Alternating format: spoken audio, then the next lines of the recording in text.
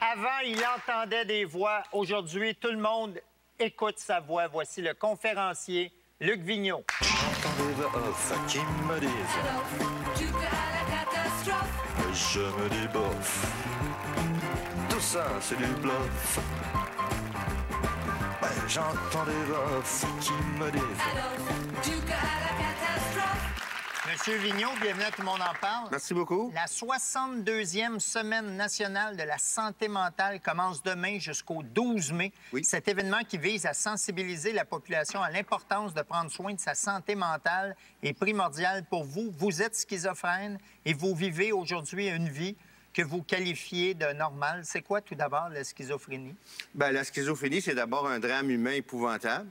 On commence par vivre du retrait social. On commence à avoir des souffrances qui sont incommensurables. Moi, j'avais une boule ici, puis je voulais prendre un scalpel pour m'ouvrir tellement que j'avais mal. Puis, à un moment donné, j'entendais des voix. Puis, à un moment donné, bon, j'ai rencontré des pharmaciennes tatouées sur la rue. Ils m'ont vendu certains produits qui ont accéléré. Ils ont accéléré. As-tu le numéro? Peut-être les mêmes que les vôtres, là.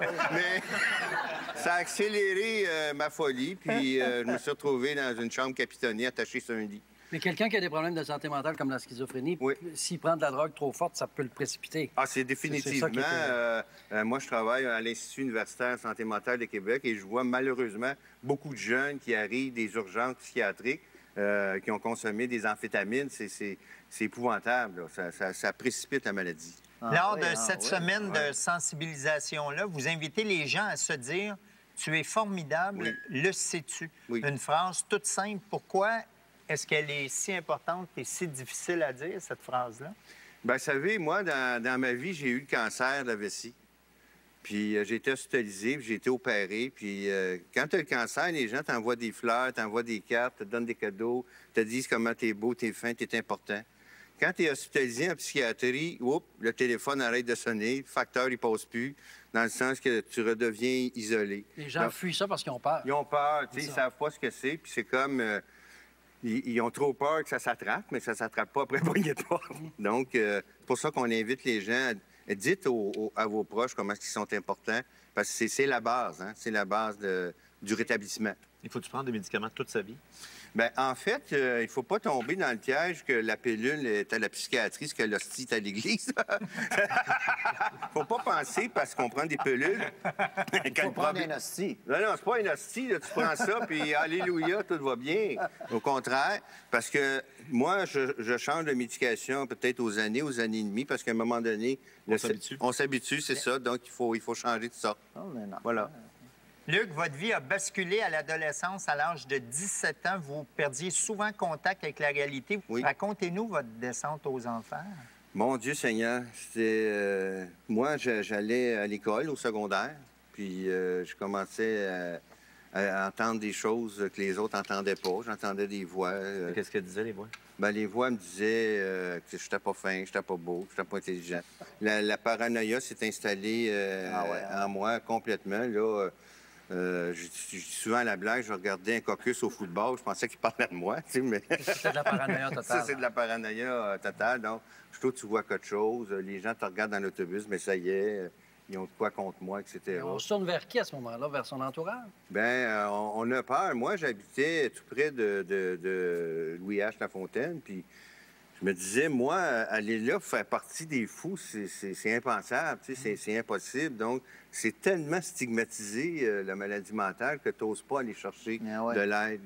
Donc, moi, c'est pour cette raison-là que je m'affiche publiquement pour dire aux gens, d'abord, ne vous suicidez pas, parce qu'il y a des moyens de vivre une belle vie comme je la vis, puis aller chercher des services. Moi, si j'avais été plus jeune, ben j'aurais pas vécu l'enfer que j'ai. Tu sais, la maladie m'a volé au moins 20 ans de ma vie que j'ai perdu complètement. Luc, votre histoire, on la retrouve dans le livre « Je suis une personne, pas une maladie », qui a été lancé le 10 avril dernier. Ce livre est aussi un ouvrage qui présente l'approche du rétablissement, une approche qui vous a sauvé la vie parce que le jour où le psychiatre vous a annoncé que vous étiez schizophrène, il vous a dit, je le cite, « Vous êtes fini. Vous ne pourrez jamais travailler, avoir une vie sociale ou sentimentale. » Tout à fait. Quelle a été votre réaction à ce moment-là? Bien, je suis tombé par terre psychologiquement. Et là, ben, je me suis renfermé encore plus sur moi.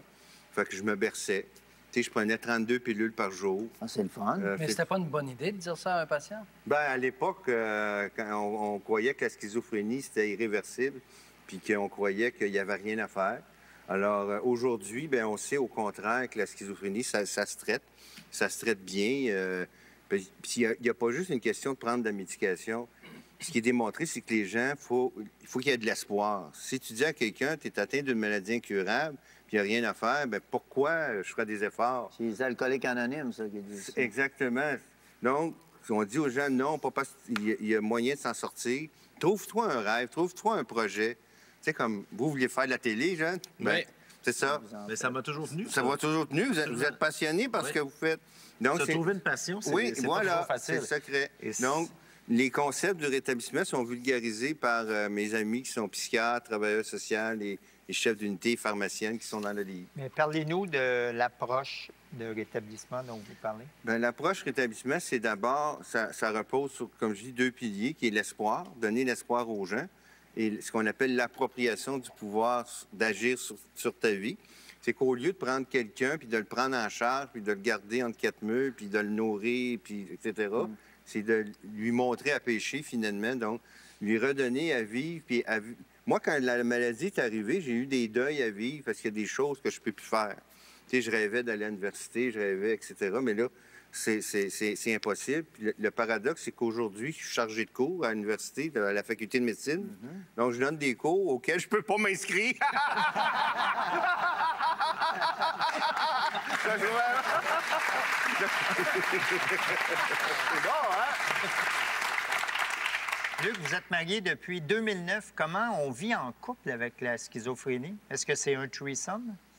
Bien, en fait, je dirais oui. C'est-à-dire que mon épouse, c'est mon épouse. C'est pas mon intervenante. C'est pas elle qui me soigne. Donc, ça reste toujours clair. Donc, elle est devenue ce que j'appelle mon garde-fou. C'est-à-dire quand... J'adore ton rire. En tout cas. Il y a quelque chose en arrière de ça qu'on aimerait savoir. Donc, oui, c'est ça. Donc, quand je commence à dérailler, ben, elle me recommande d'aller voir mon médecin. C'est ce que je fais habituellement. Ça veut dire que ça fait comme 4 ans que vous avez trouvé l'amour. Ah, l'amour idéal, Avant, Nathalie, je l'aime assez. Il n'y en avait pas, c'était pas Ben, possible. j'ai déjà été marié une fois, OK. à 20 ans. J'avais 20 ans. Je savais peut-être moins ce que je faisais. Mais aujourd'hui, je suis remarié, oui. Super. Puis il y a eu un temps où j'étais seul. bien Et à sûr. quel moment vous dites à une date, vous rencontrez quelqu'un, à quel moment vous vous ouvrez? Ah, Au moment de l'orgasme. C'est sûr, ouais. Ben, j'attends un peu, là, quand même. C'est pas le premier soir. Non, premier soir, ça pogne pas bien, bien. J'attends que la relation soit installée, là, qu'elle soit solide. Oui. Luc, la schizophrénie touche 1 de la population québécoise. Est-ce que cette approche thérapeutique que vous prônez peut fonctionner avec tout le monde? Non seulement elle fonctionne avec les schizophrènes, mais elle fonctionne aussi avec les bipolaires. Puis elle peut fonctionner avec tout le monde. Je dis toujours, si tu es en mouvement, tu as un rétablissement enrichissant. Si tu restes assis sur ton cul, tu as un rétablissement de cul. Ça, c'est la phrase que je répète aux gens. Puis, quand ils arrivent à l'hôpital, mais ils se mettent en action. Écrivent, lisent, chantent, dansent. Le patient a une responsabilité. là. Oui, c'est ça, oui. S'il se laisse aller par la machine, il va prendre des Ah pilules. non, Mais il il va faut en prendre des arriver à pilules. la conclusion qu'on a une maladie mentale, par contre, pour se faire une démarche. Ben, moi, je on dis peut tout te le le temps... dire, t'en as une. Fait qu'il faut que je fasse une démarche. Moi, je dis tout le temps aux jeunes, reconnaissons qu'il y a une souffrance qui est là. On parlera de la maladie plus tard. Parce que c'est dur à accepter. Tu as 18 ans, là, C'est jeune. tu sais, tu as une maladie mentale, hey, ça frappe d'un dents en avant, tabarnouche. Hein? C'est ça. Fait que moi, je lui parle plus de la souffrance. Puis là, il écoute, puis là, il embarque. Plus tard, on parlera de la maladie. Luc, quand on a un cancer, on peut en guérir ou on peut être en rémission. Quand Oui. on a une maladie mentale, est-ce qu'on peut être en rémission? Oui. Bien, sans faire mon professeur de l'université, là, les études démontrent, par exemple, que la schizophrénie, il y a environ 30 des gens qui en guérissent, guéris, là.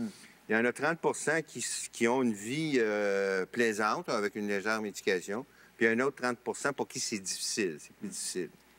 Donc, Mais il faut un espoir. il faut un espoir. De Quand je guérir. dis l'espoir, c'est la base, là, c'est qu'on ne dit pas aux gens t'es condamné, on ne dit pas aux gens qu'il Mais n'y a qu'est-ce rien qu'on à faire. fait? Bien, par exemple, on compare avec les mouvements en hoc, moi, Oui. j'ai bien connu, qu'à un moment donné, ils te disent C'est incurable. Tu t'en sortiras pas. Oublie ça. Moi, ça m'a tué tout de suite. Quand je suis rentré dans les meetings de même, puis il m'a dit, t'es incurable. Ça va être toute ta vie. Tu pourras pas boire, tu pourras pas faire ça. Je veux dire, ils m'ont tué là. Je suis parti. J'étais allé au bar. Aujourd'hui, est-ce que tu bois encore? Toujours. Plus qu'avant, puis je vais bien. Moi, pour répondre à votre question, moi, je suis père aidant à l'Institut universitaire de santé mentale de Québec. Je fais partie d'une équipe multidisciplinaire. Et là, le psychiatre, l'infirmière, le travailleur social, l'éducateur, etc., etc. Et l'ex-patient. Et l'ex-patient est là. Et là, ensemble, on fait une démarche de rétablissement. Changer de statut n'est pas toujours facile. Un patient qui devient consultant comme vous n'est pas nécessairement bien perçu par les autres patients et pas nécessairement par les intervenants non plus. Dans votre cas, comment ça s'est passé? Bon, on appelle ça le syndrome du renégat. Donc, pour les intervenants, je suis toujours une personne atteinte. Puis pour les personnes atteintes, je ne suis pas un intervenant. Fait que tu te retrouves dans les 5 à 7 tout seul, parce qu'il y a ni d'un bord, ni de l'autre t'invite. Moi, j'ai vécu cette période-là difficile. Aujourd'hui, c'est plus facile parce que des pères aidants comme moi au Québec, il y en a au-dessus d'une centaine. Donc maintenant, on est regroupés en association, puis on peut communiquer ensemble, etc. Mais au début, c'était difficile, j'avoue. Oui.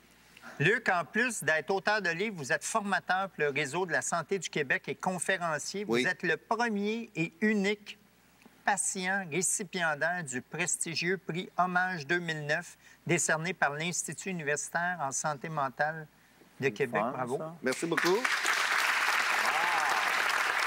Vous êtes aussi le premier patient au Canada à être admis comme chargé de cours aux facultés de médecine des universités Laval et Montréal. Tout à fait. Est-ce que vous allez rester le seul ou il y a de la relève chez les patients? J'espère maintenant que la porte est ouverte. Maintenant, on appelle ça le savoir expérientiel. Donc, il y a le savoir académique, le savoir expérientiel qui est amené dans nos universités. Je trouve ça extraordinaire. Puis, il y a de la relève, il y a des gens comme moi, il y en a des... À l'UQAM, on appelait ça expérience pertinente. Expérience pertinente, donc c'est ça. Est-ce que c'est péjoratif comme mot, patient? Moi, j'ai décidé de ne pas faire la guerre aux mots. Je fais plus la guerre à la maladie. Je pense que c'est la maladie qui crée plus de dommages. Il y en a qui aiment patient, c'est patient. Puis il y en a qui... il y en a qui disent personne en rétablissement. Mais moi, je préfère faire la guerre à la maladie. Mais Laligan, ici, on a dit qu'il souffrait de schizophrénie. Est-ce que dans le domaine, c'est quand même un cas encore... À l'époque, on était vraiment à tâtons. Intéressant. On était vraiment... il n'y avait rien, là. T'as plus qu'à tâtons. À l'époque d'Alice Robbie. Les religieux, on croyait à l'époque que c'était la volonté de Dieu.